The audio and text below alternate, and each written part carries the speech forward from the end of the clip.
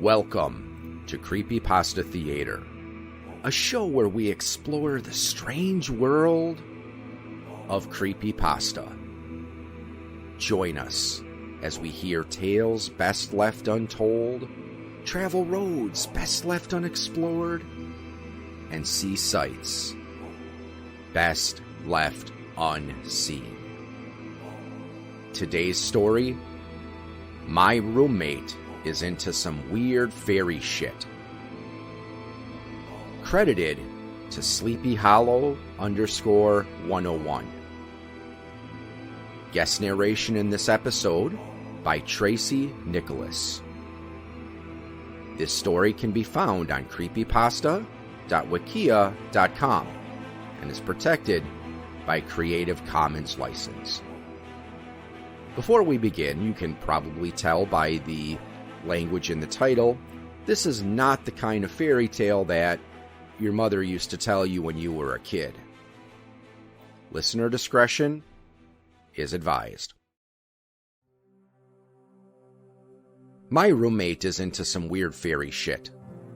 And these aren't the cute little human dragonflies with flower petals for clothes and sweet smiles. I don't know about you guys, but when I think of fairies, I'm picturing something like Tinkerbell. Yeah, I know she's technically a pixie. Sue me. But that is not the shit my roommate is fucking with. I noticed she was weird when I moved in. She was advertising for a roommate on Craigslist, and she said she needs someone who was open-minded, who was alright with strange people coming and going at all hours, who wouldn't ask questions about things that didn't involve them, and who would be okay with sharing a bathroom.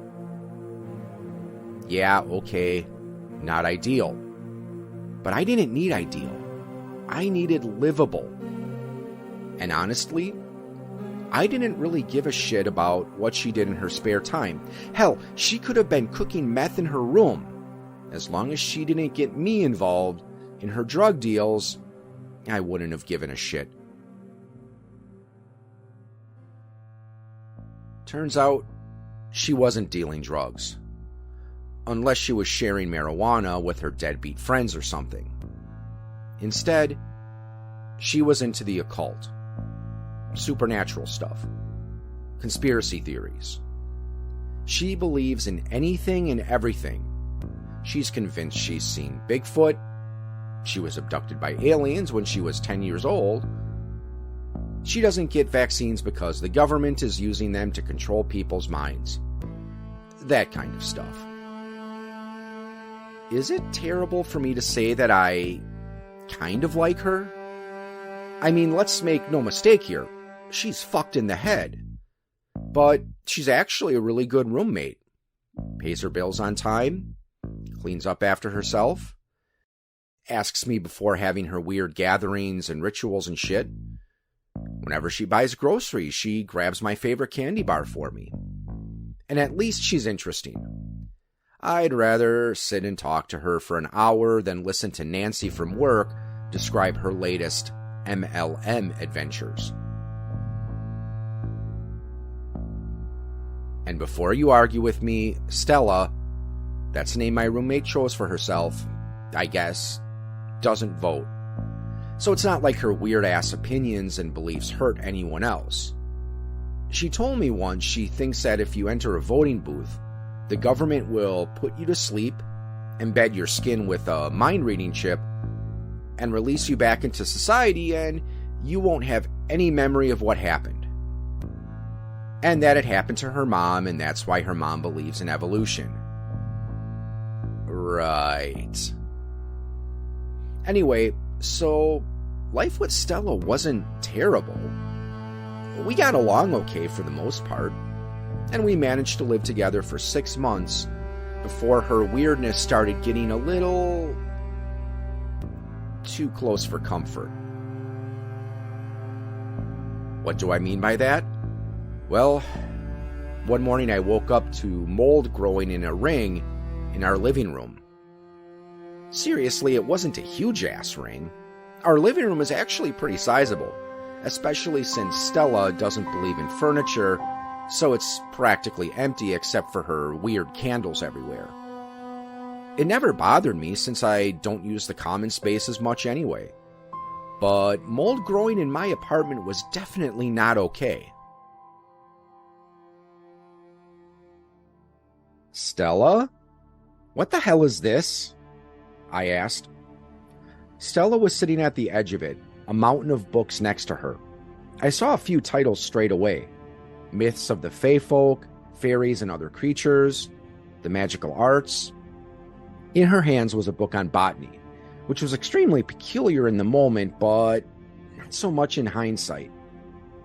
It's a fairy ring. At least it will be, she said, a small frown on her petite lips as she pored over the book. I bit back the urge to scream.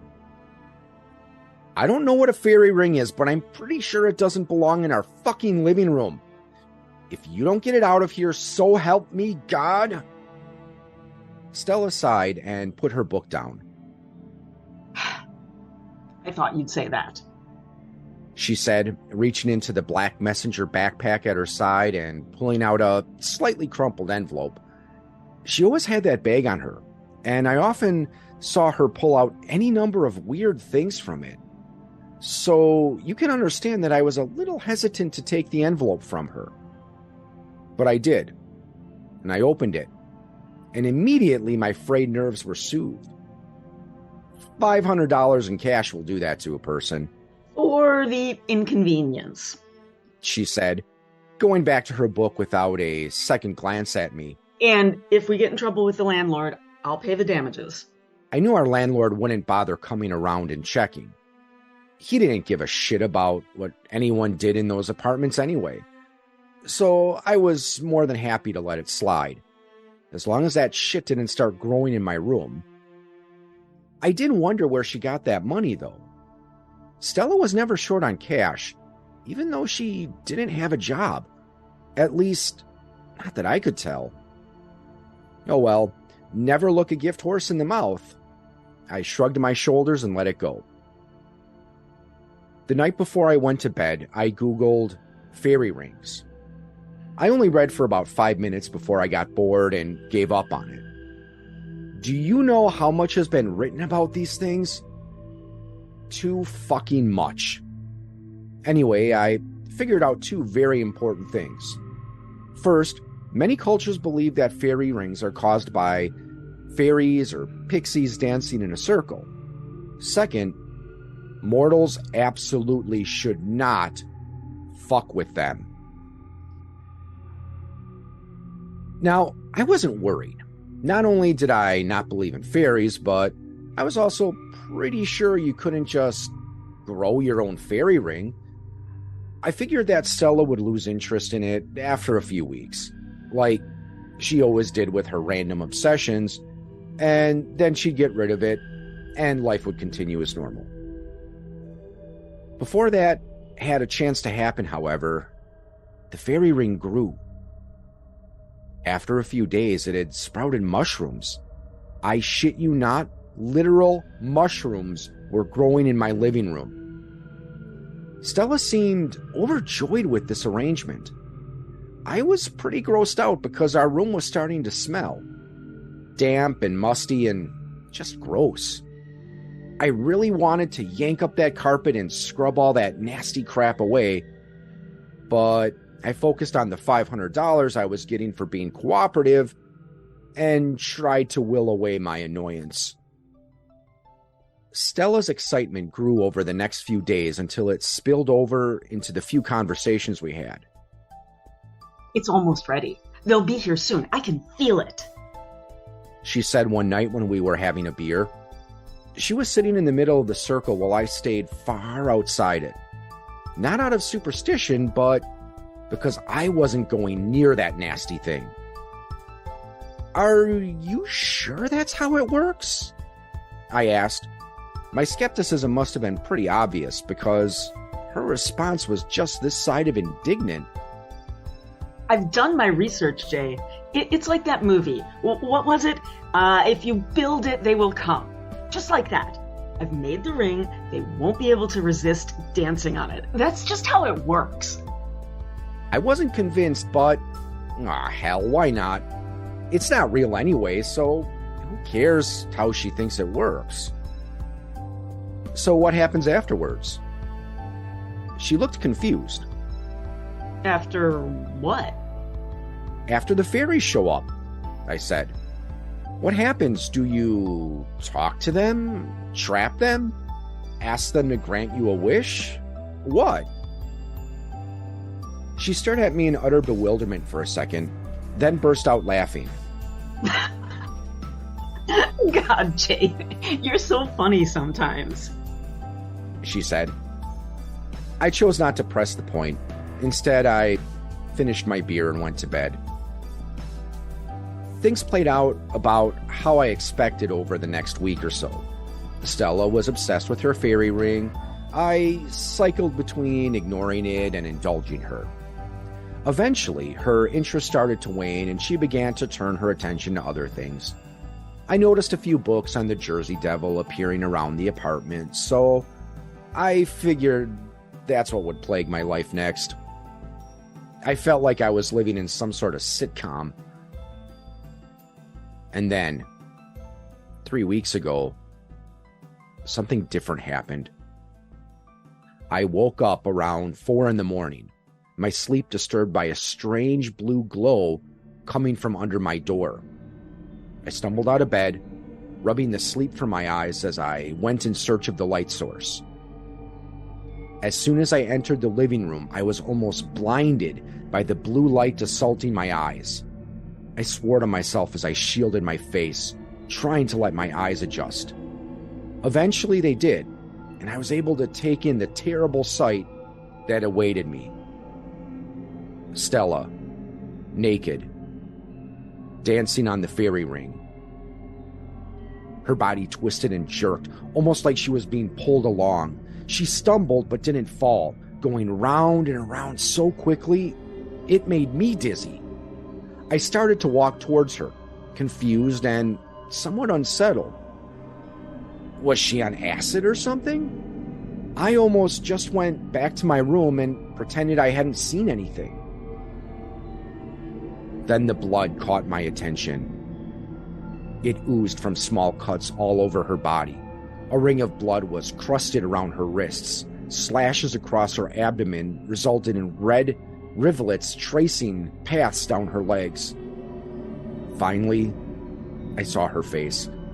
Her eyes were fixed on me, and a shudder worked its way down my spine. Her face was twisted in agony, her mouth a grimace.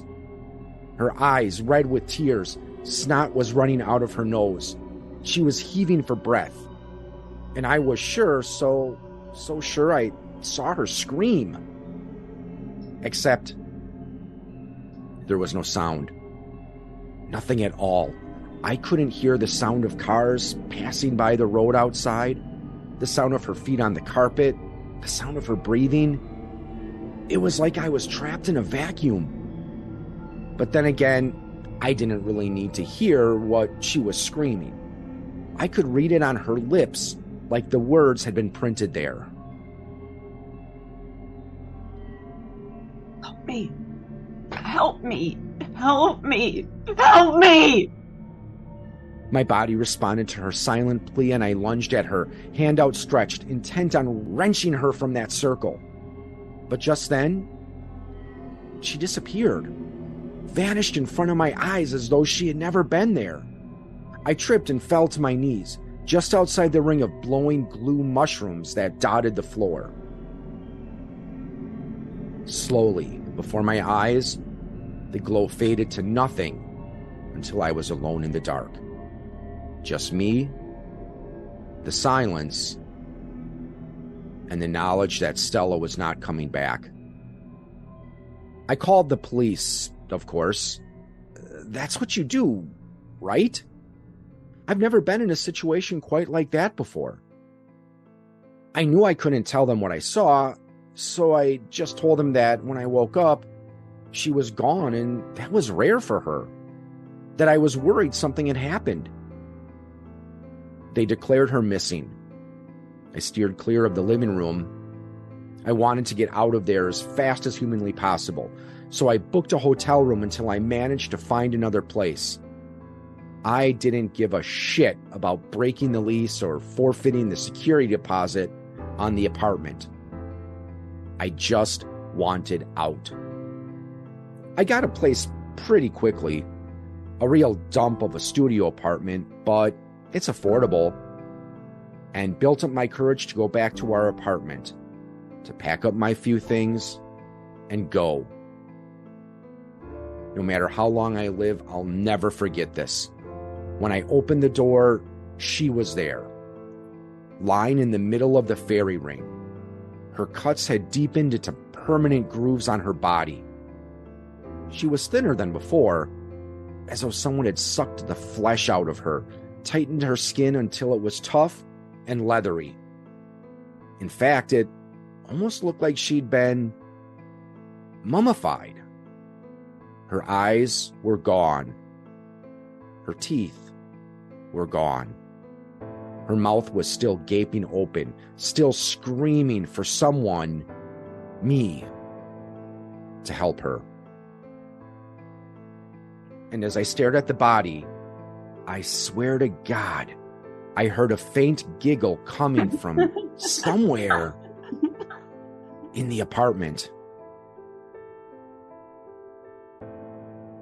I think I'm done with roommates for a while.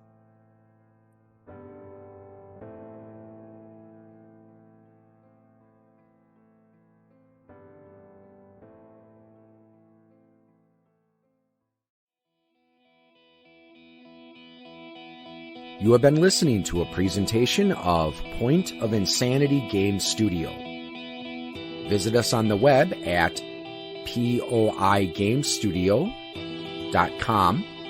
Follow us on Twitter at poigamestudio. Look us up on Facebook and email us at poigamestudio@gmail.com.